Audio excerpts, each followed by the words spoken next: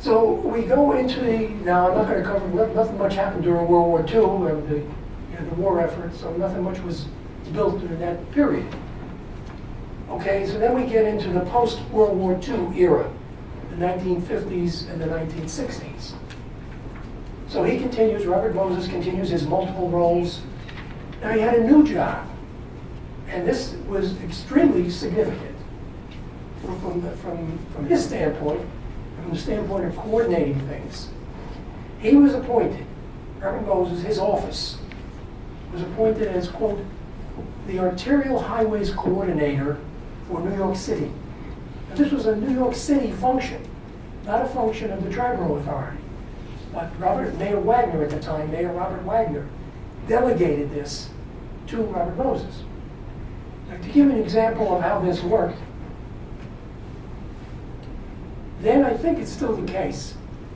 New York City, as compared with other parts of New York State, is different from a transportation standpoint, from a highway standpoint, in terms of the relationship with New York State. In all the rest of New York State, if a major highway project is going to be done, let's take in the Buffalo area, I-290, a branch off of I-90. The state would design it, or would have a consultant design it. The state would build it, that is, they would hire the contractor. Originally the State Department of Public Works, now New York State DOT. And then the state would operate it. They would do the snow plowing, they would do the maintenance. They had a total package. In New York City, it's different. New York City negotiated what they call home rule. In New York City, the state builds a major highway. The state gets it built. I mean, they design it, they get it built, and then they turn it over to New York City, to the New York City, let's say, the Department of Transportation, who then is responsible for its maintenance and is responsible for snow plowing, and also has the power to set speed limits, to put up signs. Basically, they operate it. And this always was a bone of contention between the city and the state. I don't know if that has continued to this day.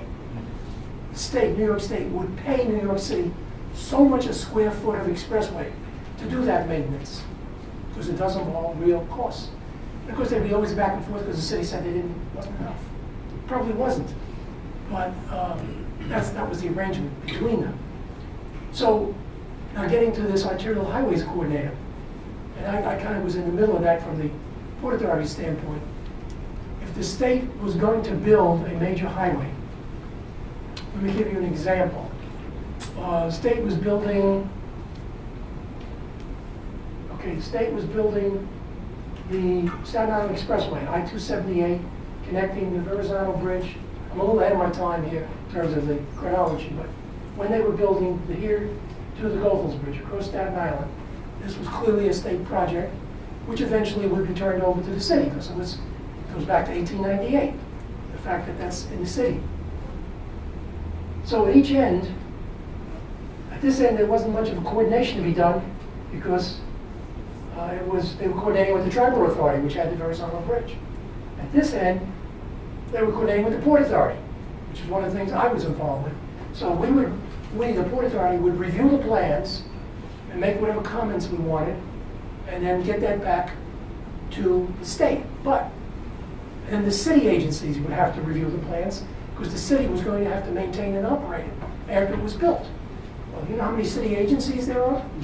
Department of Highways, Department of Parks, IT department, Department of Health, I don't know, the whole bunch, environmental, maybe 4, 5, 6 agencies. And prior to this Arterial Highways Coordinator delegation, the state would send a set of plans, and this was hard copy in those days, to each of those agencies separately. And they would get comments back from each of those agencies, and they, the state, would have to resolve, because they were often in conflict with the designation of the Arterial Highways Coordinator. The state would send whatever number of plans they needed to the Arterial Highways Coordinator. The Arterial Highways Coordinator would send it out to the different city agencies, get their comments, and then if there were conflicts, as invariably there were, they would knock heads together, the Arterial Highways Coordinator, and send a consolidated set of comments to the state. The state loved this arrangement, but they didn't have to be the arbiter. They didn't have to be the mediator. among the city agencies. To give you an example of kind of disagreements that would develop. Here's there was a proposal to build the Richmond Parkway from the Outerbridge Crossing, which is now called Korean War Veterans Highway, I think, get the official name, from Outerbridge Crossing up here to the Staten Island Expressway. And here's the West Shore Expressway, here's the Staten Island Expressway. It was going to be on a diagonal from here. And we come through what is called the green belt, right here. Well, this part was built. This part we can get into later as to why it never got built. But down at this end, we tied in with the Outerbridge Crossing. So we, Port Authority, we dealt with the Arterial Highways Coordinator to provide whatever comments needed to be done. And that then gets you to, let's see, well, it's in the articles here. But this gave Robert Moses and his office was always headquartered at the Tribal Authority on Randall's Island.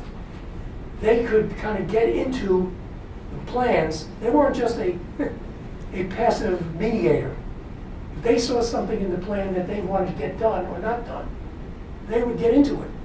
So for example, you have some situations with the building of the Cross Bronx Expressway, where there were various alternatives that were being considered, and they would put their weight on the side of one alternative or another, in addition to what the city agencies were doing. So this was not a paper office. This was an office that had real power, this Arterial Highways Coordinator. And it's one that is not, I don't think people fully appreciated at the time. Okay, now one of the major developments after, in the post-World War II era, is the interstate highway system, which was authorized in 1956, 41,000 miles in all U.S. states. There's in one of those large handouts here, see if I can find it here, you have a map of the interstate system. Here we go. Well, you see whose picture is with it? Dwight Eisenhower's picture. You can look at that during the break.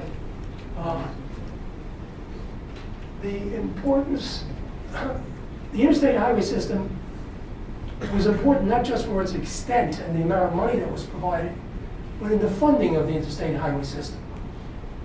Previous to this, highways were built generally, you got federal aid, you got 50% federal aid and 50% local. The interstate highway system was 90% federal and 10% local. That was an incentive for the locals to get something built.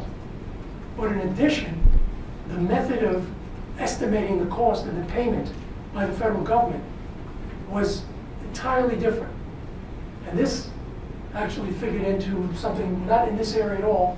If you want to research the history of the Big Dig up in Boston and how that cost escalated from $4.5 billion to, I don't know what the last count was, maybe 16 billion, somewhere in that range. One of the major reasons for that was designated interstate, an I route. In the interstate system, the process was the state, usually the state, would prepare a cost estimate. Just for illustration purposes, let's say the cost estimate was $500 million for a project. And the way the legislation was set up, I think it was every 2 years. I may have that slightly wrong. It was every 2 years. The state had to submit during the construction period, planning and construction period, a revised cost estimate, usually going up. Because things were happening, inflation, change of scope. You know, the community wanted, example on the Big Dig, the bridge across the Charles River in Boston. Could have been a regular bridge, no, the community wanted a signature bridge. So they got a cable-stayed bridge. That crossing doesn't call for a cable-stayed bridge. It's a fairly short crossing. I think the span is less than the Gulf Coast Bridge, but anyway, that escalates the cost. They prepare a revised cost estimate. Say instead of 500 million, it's 600 million. And then if the Federal Highway Administration approves that revised cost estimate, that then becomes the new cost estimate, and the state is then entitled to 90% of the new cost estimate. In other words, it's not fixed. The old way of doing it, the feds would approve, say whatever their share was, 50%, and it would stay at that. If it overran, the state or the locals would have to make it up. So that was a big difference in how the interstate system was funded.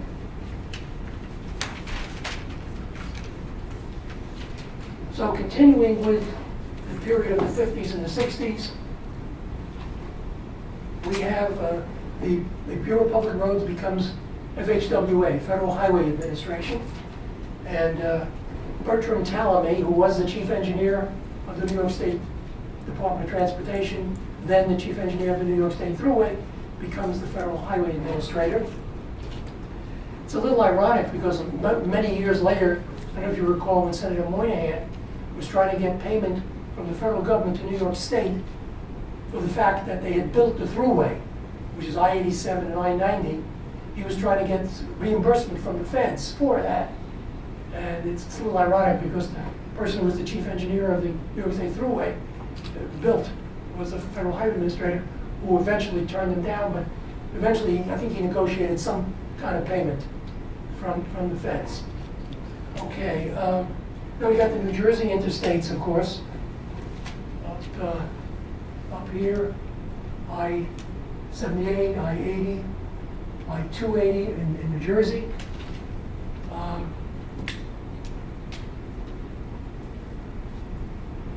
The Lincoln, this is all in the 50s and 60s.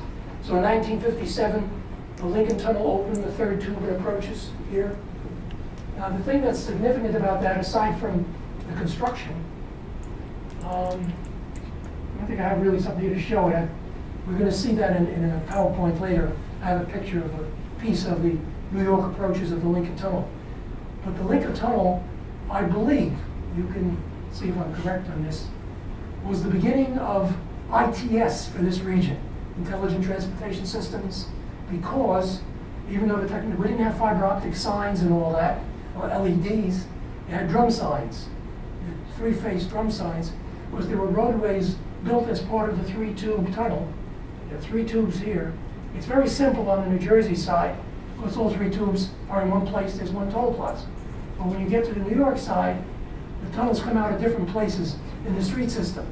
And there are roadways on both sides that sometimes the roadway is this direction, 2 lanes. Sometimes the roadway is this direction. Sometimes it's 2-way.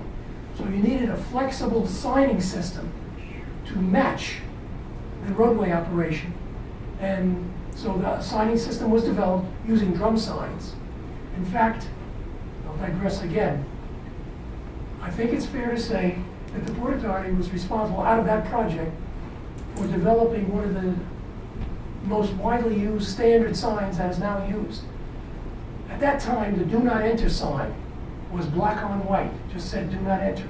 You know, when you were going against traffic, let's say. Well, the Port Authority traffic engineers, and I can't claim credit for this, I came there at that time, but they had already developed the system. They looked at the signing standards. They wanted to have a sign for these drum signs that would be instantly recognizable to the motorist almost without reading it, just from the color. So you would know, this is a roadway I can go into, this is a roadway I shouldn't go into, or I have to exercise caution. So you had, at that time, the standard for regulatory signs, as it is now, is black on white, black on white. And the do not enter sign was black on white.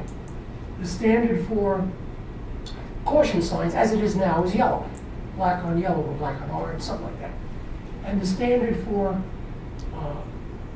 caution, instead of caution, the do not black on, the standard for directional signs, guide signs, just telling you which way to go, was also black on white. This is way before the white on green of the interstate system. And you didn't want to have a black on white sign on that said go in here, and also a black on white sign that said don't go in here. Didn't make sense. So someone had the idea to look to Europe, and you had at that time, as you still do, the symbol signs in Europe. We have a red ball with a white bar across, which means do not enter. Didn't even have any legend on it, just means do not enter. So we at the Port Authority, actually I was part of this, we developed a square sign with a red ball on it, the white bar, and it says do not enter. white on red. And one night, in the dim past, we went out to Kennedy Airport and got the people from the Federal Highway Administration and the people from various states in the city. And I was managing the sign shop at that time. We made up some test signs. We put them out on a taxiway, very dark, and tested them out, showed them how it would look. And they approved it. So not only did they approve it, they created a new standard. The do not enter became white on red instead of black on white. But then on the drum signs, and I think all of them are gone by now, where they used to have, you would have white on red for do not enter, yellow for two-way traffic, and black on white for the directional message. So you had three different colors. And that's the first, one of the beginnings of variable message signs, VMS. Different technology, but one of the beginnings. Okay, and then we had things like transportation demand management, TDM. We had programs for alternate work schedules, ride sharing. Someone is here, I believe, from Meadowlink. Is that person here? There was someone signed up from Meadowlink. I don't see them here, but Meadowlink was one of the first transportation management associations and still going strong currently.